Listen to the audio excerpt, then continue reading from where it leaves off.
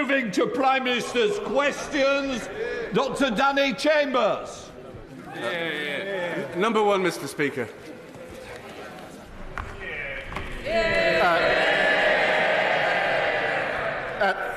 Thank you, Mr. Speaker. Alex Salmond was a monumental figure in Scottish and UK politics. He leaves a lasting legacy, and I know that the deepest condolences of the whole House are with Moira, his family and his loved ones. Mr. Speaker, this week we also remember our colleague and friend, Sir David Amess, whose kindness and commitment to public service continues to inspire us all. And I know how deeply this was felt on the benches opposite, and I'm so glad that his plaque is here in the House with us. I also want to acknowledge the extraordinary life of Holocaust survivor Lily Ebbett, whose message of hope showed such courage. May her memory be a blessing. Mr. Speaker, we also extend our sympathies to the family of General Sir Mike Jackson. He was an inspirational leader of the British Army and served with distinction. Mr. Speaker, I know the whole House will join me in wishing the best of luck to the new England manager, Thomas Tuchel. I won't hold his old job against him, but I wish him well in the new one. Mr. Speaker, this morning I had meetings with ministerial colleagues and others in addition to my duties in this House. I shall have further such meetings later today. Dr. Danny Chambers. Thank you, Mr. Speaker. In last week's maternity services debate, we heard of the devastating impact of the removal of consultant-led maternity services from a hospital. Now, under the previous government's unfunded new hospital programme, there were proposals to remove consultant-led maternity services from our hospital in Winchester. Could the Prime Minister reassure me and my constituents that under the new government that consultant-led maternity services and A&E services will remain in Winchester, and will he commit to funding properly the backlog of maintenance that has developed in our hospital in Winchester? Well, I thank him for raising this very important issue and for championing the voices of women in his constituency. We are committed to ensuring that all women and babies receive safe, compassionate and personalised care through pregnancy, birth and critical following months. Reconfiguration of the services, as he knows, is a matter for the integrated care boards, important as it allows decisions to be made locally and tailored to local interests. But all changes should be based on evidence, clinically led and involve engagement with patients to ensure they'll deliver better outcomes. It's a very important issue.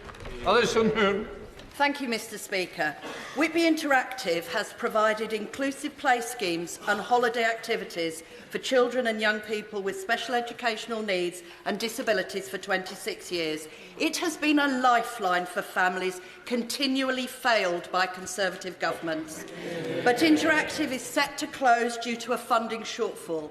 Does the Prime Minister agree with me that action to tackle the crisis in SEND provision is urgently needed and that charities like Interactive deserve our support more than ever? Yes, I do, and I know this will be a concerning time for families who rely on the brilliant work of Whitby Interactive. Children with special educational needs and disabilities have been failed for too long, and this comes up repeatedly in this House, with parents struggling to get their children the support that they need and that they deserve. We must raise the standards for every child so they can succeed in education. We will fix the foundations, Mr. Speaker, and ensure every child can achieve their potential. Leader of the Opposition, Rishi Sunak. Can I join with the Prime Minister's words of tribute to Alex Salmond and the Holocaust survivor Lily Ebbett, and thank him for his kind words about Sir David Amess. We remember him fondly, and we will be thinking of all their families at this moment. Mr. Speaker, this week China has carried out unwarranted, aggressive and intimidatory military exercises in the Taiwan Strait. Our allies are rightly concerned. After worrying reports that the government may have intervened to stop a visit to the UK by the former Taiwanese president, can the Prime Minister confirm that the Foreign Secretary will use his meetings in Beijing this week to condemn China's dangerous escalatory acts in the Strait?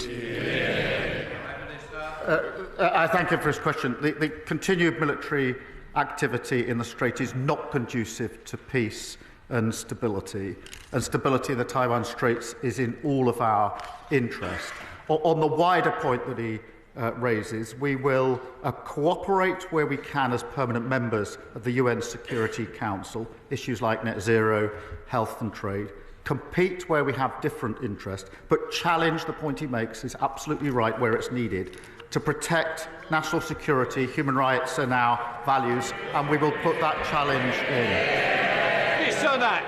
Well, given what the Prime Minister said, and I agree, of course, we must engage, and we should use that engagement for our national interests. I hope that the Foreign Secretary will unequivocally condemn this military escalation and stand up for democracy in Taiwan.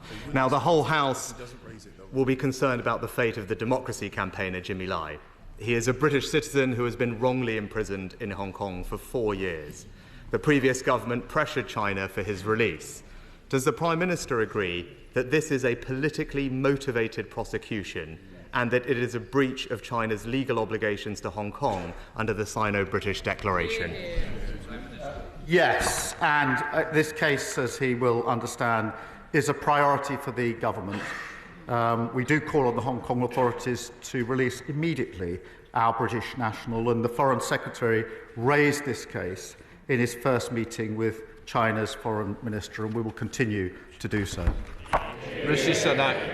I thank the Prime Minister for that answer. Now, China, as he knows, has become a decisive enabler of Russia's war against Ukraine, supplying the vast majority now of Russia's imported military microelectronics and components, worsening the suffering of the Ukrainian people.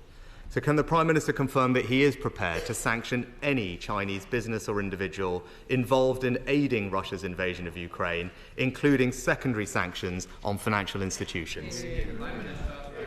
Yes, and we've called for that in the past. We continue to do so, and I hope this is an issue where we can have unity across the House. Yes, I can assure the Prime Minister of his support. It is something that we began. The United States recently have expanded their sanctions, and I hope that the new government will continue to look at doing the same. Now, the last government also established a new system of registration and monitoring to protect the UK from interference from foreign states, including China, Russia and Iran. Called the Foreign Influence Registration Scheme, it was described as essential by MI5 in the fight to help keep Britain safe. But since the Prime Minister took office, he has halted its implementation. Why? That isn't correct. Rishi Sunak. Yeah, well, Mr. Speaker, that is very clearly what the government has said. And only last week he said at the dispatch box that he would give the security forces the powers they need. And if he is going to fulfil that promise, I would urge him to get up to speed on this issue and therefore implement the scheme. Furthermore, Parliament's Intelligence and Security Committee have warned that British universities are increasingly a rich feeding ground for China to exert political influence over us. That's why we passed the Freedom of Speech Act with new powers to help defend universities from this threat, but the new Education Secretary has since blocked it. So can the Prime Minister tell us how, without this tool, the government will prevent Chinese influence over our universities? I really don't think party political points on security and intelligence.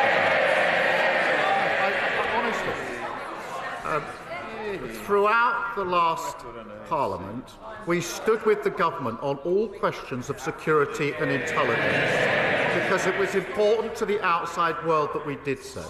I worked with the security and intelligence services for 5 years prosecuting cases. I know firsthand the work that they do as a lawyer. I've known firsthand the work they do as the Prime Minister. We support them in everything that we do, and he knows that. Mr. Speaker, whether it's the FIRS scheme or the Freedom of Speech Act, these were new tools, new sets of powers that the previous government passed in order to give, whether it's our universities or security services, the powers they need to tackle a growing threat. And we will, of course, continue to support the government in protecting our national security, but do believe on this side of the House that those tools are needed and are concerned by reports that the new government has paused their implementation or indeed scrapped them. But finally, Mr. Speaker, the Chinese government has sanctioned multiple members of our parliament for championing human rights. As a result, they have faced intimidation, abuse and surveillance. And Mr. Speaker, I commend you for your defence of the right of every member of this House to speak out on crucial issues without fear of retaliation from foreign states. Now, I know the Prime Minister will agree with that too. So this week, will the Foreign Secretary in his meetings not just raise the issue, but tell the Chinese government to lift those sanctions on our colleagues? Yes, and we speak with one voice. He speaks about the record of the last government. That record was 14 years of failure. 6 years austerity, 3 years of Brexit logjam, then Johnson Trust and the Leader of the Opposition, utter failure. And this government was elected to do things differently, to make fairer choices, but most importantly to give Britain its future back. So we will fix the foundations, we'll do it with a long-term plan to grow our economy, protect working people and rebuild our country. Jane Craft. Thank you, Mr. Speaker. 2 years ago, Thurrock Council was led into effective bankruptcy by the then Conservative administration, in no small part due to an investment of hundreds of millions of pounds into a solar farm scheme run by a con man. Given the Prime Minister's commitment to integrity in public life, will he support mine and my constituents' calls for a public inquiry so that those responsible can finally be held to account? I thank her for her question because years of underfunding have left councils facing huge budget pressures. They yawn, they don't know the impact it has on working people up and down the country. They rely on public services, and what's happened in Thurrock is shocking. We are committed to resetting the relationship and helping those under intervention to recover and to reform. 14 years is a long time to destroy local services, and it's clear it'll take time to fix them. We will get councils back on their feet by providing multi-year funding settlements. But ultimately, we have to grow our economy, and I'm surprised the Prime Minister didn't welcome the £63 billion of investment that we were able to announce on Monday. Leader of the Liberal Democrats, Sir Ed Davey. Thank you, Mr. Speaker. Can I echo the tributes of the Prime Minister to Alex Salmond, to Sir David Amess and to Lily Ebbott? And can I welcome the news that ministers are going to review the carers' allowance repayment scandal after campaigns by carers' organisations, the Guardian newspaper and the Liberal Democrats, culminating in our motion on the order paper today. But will he agree with me that the evidence needed for the review is already long established and many of the decisions self-evident? So will he and his colleagues vote for our motion today so we can write off the overpayments, we can end the crazy cliff edge to the earnings limit now and have a fuller review for the support that carers deserve? I thank him for raising this. This is obviously a really important issue affecting a number of people, and that's why we've launched an independent review into the carers' allowance overpayments to look at the circumstances of the overpayments, to see what went wrong and therefore what can be done to put it right, because carers must get the support that they deserve. So I'm grateful for him for raising it. I'm glad that we've been able to take this action today to go forward on a really important issue. David. Can I thank the Prime Minister for that answer and ask him that ministers in the review will listen to the voices of carers throughout. Can I turn to the Middle East now?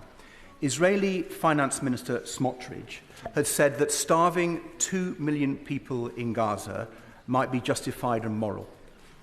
National Security Minister Ben-Gvir called settlers who killed a 19-year-old on the West Bank heroes.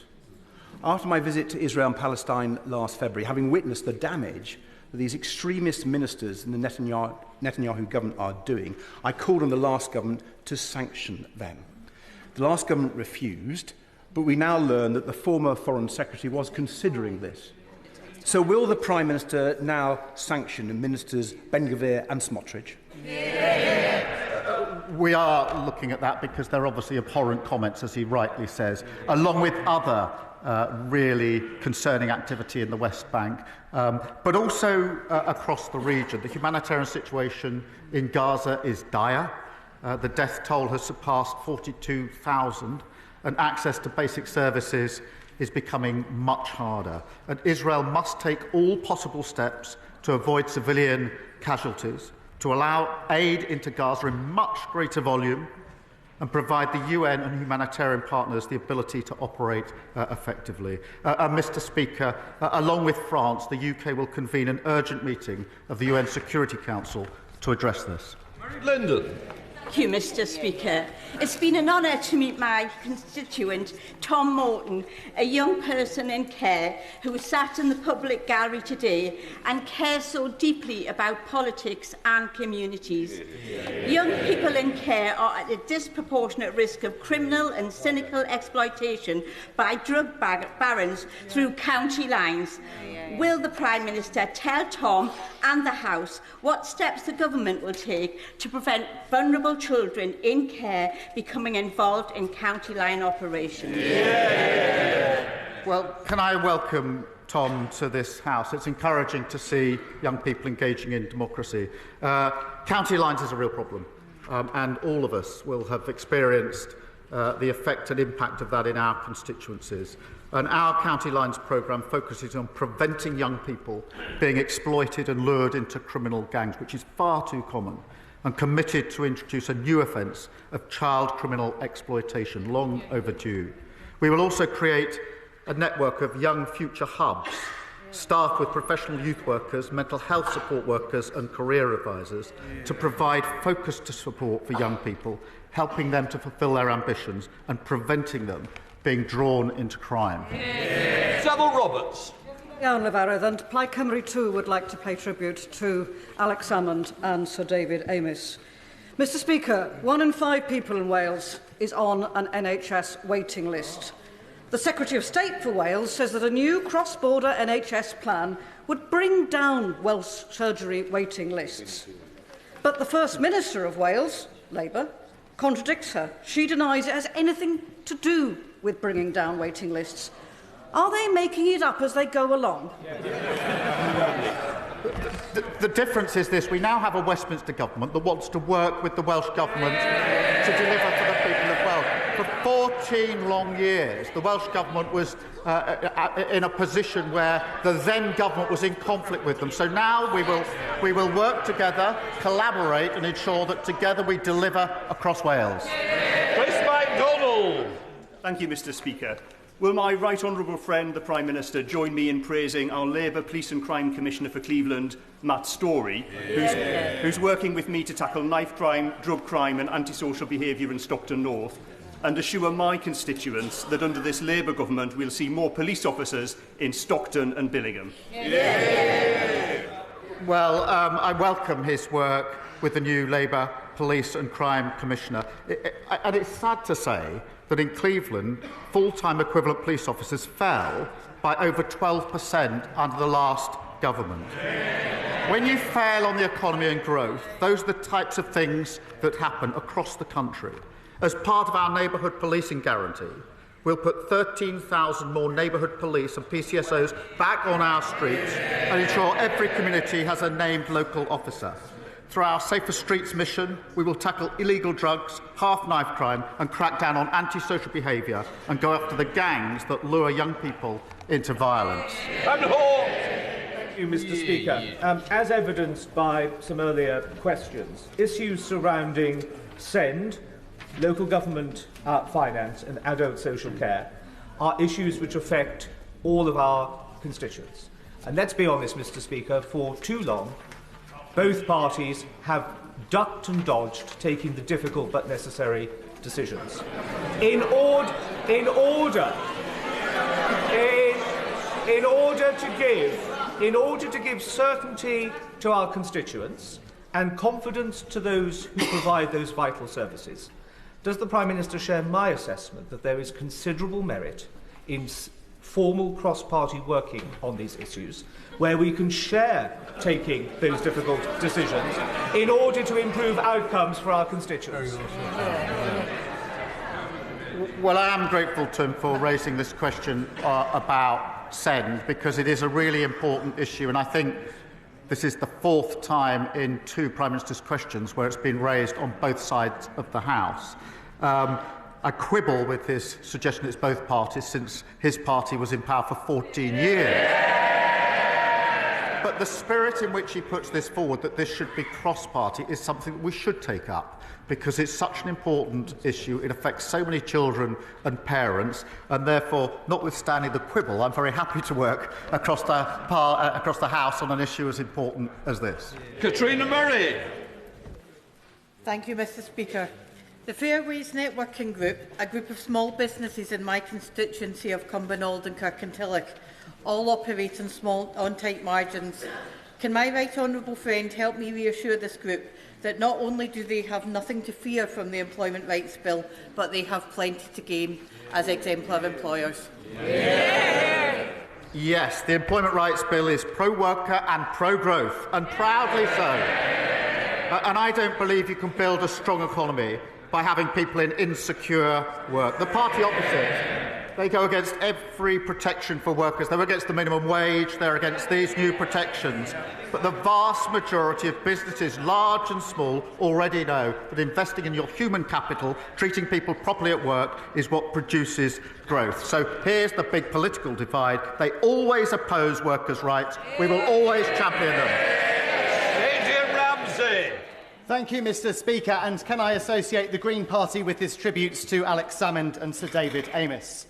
99.7% of new patients in the east of England are unable to find an NHS dentist, the worst affected area in the country. My constituents in Waveney Valley want urgent action. So when will the government begin the critical negotiations on dental contract reform so no one in the 21st century has to pull out their own teeth? And will it be by the end of this year? Well, he raises a really important issue, because dentistry was left in a shocking state by the last government.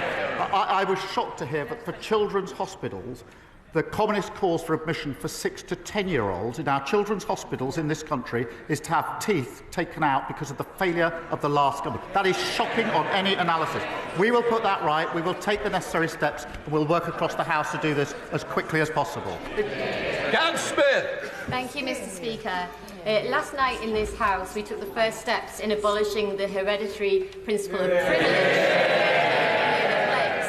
I was hosting the Let's End Poverty Coalition at a meeting upstairs where we heard that often for many who experience poverty, that feels hereditary too. So will the Prime Minister meet with me and those with lived experience of poverty to find ways in which we can hear from those with that lived experience to break that cycle of poverty?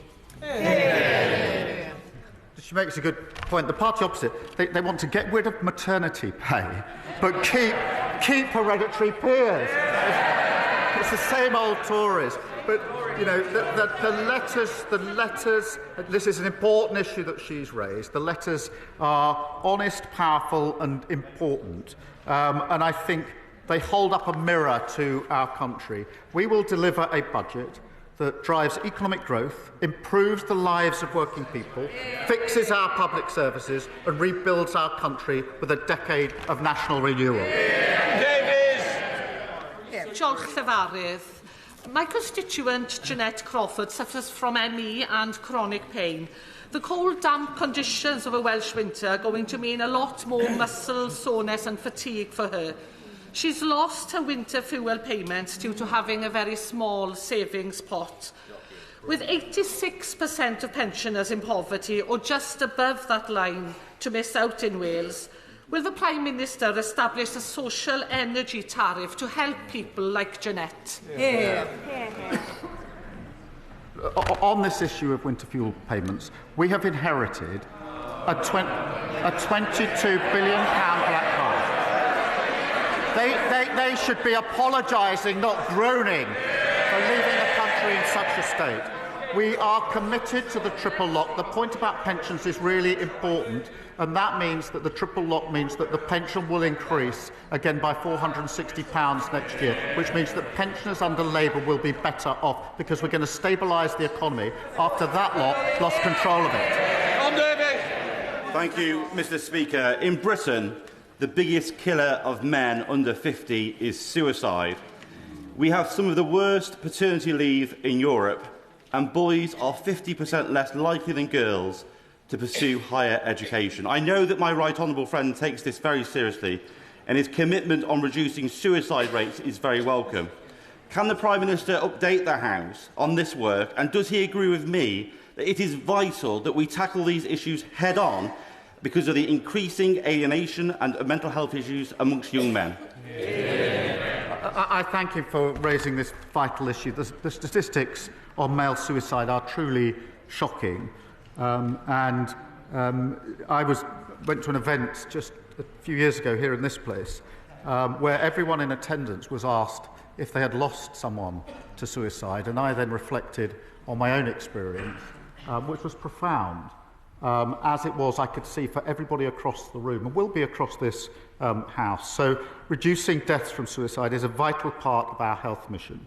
We're recruiting an additional 8,500 mental health workers, specially trained to support people at risk of suicide, to provide faster treatment and ease pressure on our services. Richard Jones. Thank you, Mr. Speaker. Group Captain Lizzie Nichol had an exemplary career with the RAF until she was forced to resign for refusing to implement illegal recruitment orders. Despite inquiry after inquiry vindicating Lizzie, on every count the RAF and MOD have failed to offer her fair compensation, and those responsible have walked away. Shamefully, during the Purdah election period, in what I believe was an attempt to subvert ministerial oversight, she was offered a derisory £2,000 by officials. I have documents proving beyond doubt that the former Chief of the Air Staff lied to the then Defence Secretary about her case. The Prime Minister says he believes in righting wrongs, so will he meet with Lizzie and help ensure that those responsible do not just walk away and that Lizzie gets the justice that she so very much deserves? I thank her for raising what is obviously a very important case, and she's right to do so. I'm not across the individual details of it, but it obviously does need to be looked into, so we will commit to look into it, and I will make sure that she gets a meeting with the relevant minister to lay out such details as she has and to get some answers as to our inquiries. Jake Richards. Mr. Speaker, children's social care in this country is now in crisis. Vulnerable children are regularly placed hundreds of miles from home, often in unregulated and unsafe accommodation. Meanwhile, private companies are making record profits on the backs of struggling and desperate local authorities. Frankly, this is an issue, a national scandal, that doesn't get enough attention. Today, Mr. Speaker, I'll be presenting my private member's bill, which will offer modest reform in this area. But will the Prime Minister reassure me and thousands of families across the country that it is a priority of his government to fix the social care crisis and our family courts? Yeah. Well, I thank him for raising this issue and being a champion on it. He is absolutely right about the appalling inheritance. 1 in 4 children in absolute poverty. That's a terrible inheritance.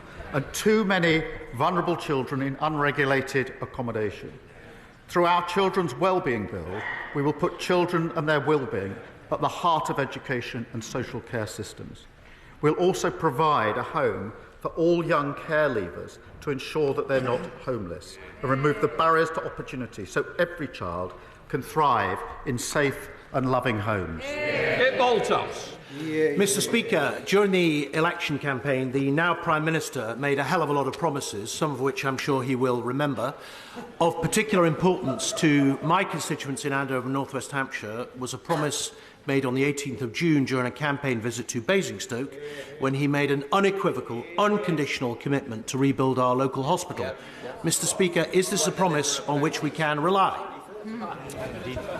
Mr. Speaker, firstly, I'm grateful to him for raising this because it's obviously of huge importance to his constituents and his right to do so. We are reviewing, as he knows, the programme, The programme that the last government put in place for 40 new hospitals had a number of flaws. They weren't all hospitals, they weren't new, and they weren't funded, so we're reviewing it. But what I will... No, but he's right to raise this, and I will make sure that he has a meeting with the relevant minister to discuss the particular development in his constituency. It will matter to his constituents who are listening to this, and it's important they know where the failure lay. Mr. Speaker, I welcome the government's historic investment in carbon capture and storage technology for Teesside and Merseyside. This week I've been at the sector's conference, and the feeling there is that this is a government delivering after years of delay. Will the Prime Minister recognise the unique potential that Teesside has for jobs, prosperity and economic growth into the future? Yes, and Mr. Speaker, you will have observed that on Monday we had a very successful investment summit, £63 billion coming into this country, jobs in every part of the UK, and a very clear message from business that they were prepared to invest now under this new Labour government. Part of that was £22 billion commitment to CCUS, creating the first clusters in the world, including, as he points out, in the various parts of the country. So we'll support these jobs, we'll support these investment, we will grow our economy and rebuild our country. Thank you, Mr. Speaker. North Cornwall is an amazing place to live and work, but a top-down approach from Westminster has failed us. Public services are chronically underfunded, young people forced to move away to pursue careers elsewhere, and affordable housing is a promise that's simply never kept. Will the Prime Minister meet with all 6 Cornish MPs to discuss devolution for Cornwall, with a Cornish Assembly that recognises our unique culture, language and national minority status, so we can finally unleash Cornwall's economic potential? I'm grateful to member for raising this. I do believe in transferring power out of Westminster and into the hands of leaders who know their communities best. Those with skin in the game know what's best for their communities. We are already making steps in the South West by signing the devolution agreement for Devon and Torbay. I absolutely encourage local authorities to work with their neighbours to pursue deeper and wider devolution for their area, and I'll make sure that he has the meeting that he's asking for. Final question, Blair MacDougall. As the Prime Minister works for a ceasefire and the return of the hostages, he'll have the support of people across this House. The Prime Minister will have noted the comments from the White House calling for urgent action to deal with the humanitarian crisis in Gaza and for the Netanyahu government to increase access to aid and to the amount of aid getting through. I wonder, does the Prime Minister agree with the comments from the White House and can he tell us what representations he is making on this matter? Yes, I do agree with those remarks, and we are constantly making representations on this with our partners. There is an urgent need, and has been now for a very long time, for more aid to get into Gaza. It's a desperate situation, and Israel must comply with its international humanitarian law obligations, and that is why we are convening a session of the UK Security, of the UN Security Council with others to address this issue. Right, that completes Prime Minister's question. I'll just let the front benches clear a bit.